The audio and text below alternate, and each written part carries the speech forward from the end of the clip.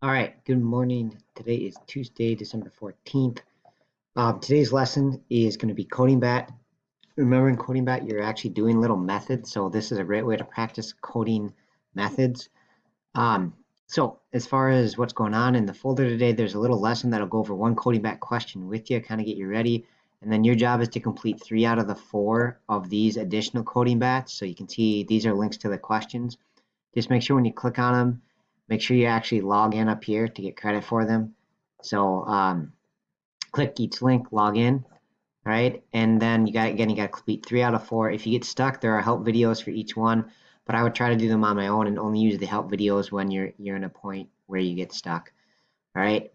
So that's pretty much it for the lesson. All the reminders, test is coming up the last day before break, Wednesday, and then the programming exercises, they should go pretty fast actually.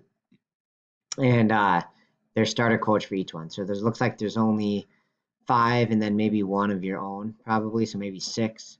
And then there's starter codes for each one. So that's it. Let me know if you have any questions and have a great